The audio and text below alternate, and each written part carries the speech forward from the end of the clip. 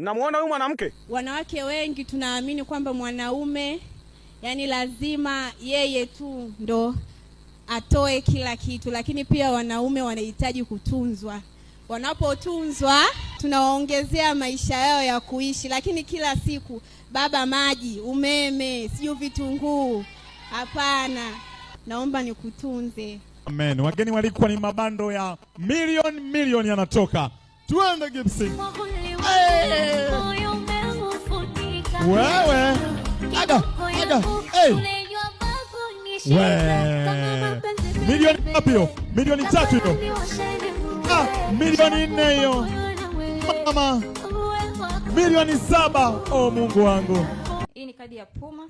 Ataweka mafuta mwaka mzima. Nimemwekea pesa ya mafuta ya mwaka mzima. Atanunua lubricants kila sehemu ya Puma. Atatumia kwa matumizi yake yote ya gari yanayohusiana na Puma. Na sisi tunataka wanawake kama hawa. Wanaojua kupambana, wanaojua kutafuta. Mnasikia nyinyi maskini? Mnasikia nyinyi wanawake ambao hamna hela nyinyi?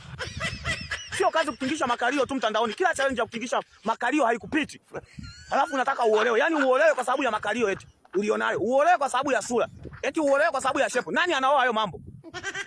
Yaani wewe kama mwanaume ni mpambanaji, hakikisha na wewe unaoa mwanamke mpambanaji. Usioe mwanamke maskini. Hawa wanawake maskini ni waongo. Hawana mapenzi ya kweli.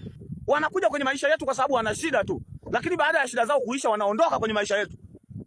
Wanakuja kwa sababu ya matatizo tu. Na ndio maana ukianza naye tu mahusiano, mara sijui nataka nini, mara sijui nataka nini. Lakini mwanamke mwenye hela anajihudumia mwenyewe.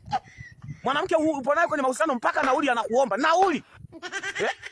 Mwanamke mwenye hela akikwambia nakupenda, ni kweli anamaanisha. Kwa sababu hajaja kwako kwa sababu ya shida.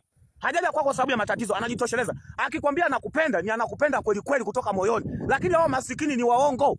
Yaani wewe mwanangu, kama wewe ni mpambanaji, ni mtafutaji, una hela, kwanza hakikisha unatafuta mwanamke mwenye bikra.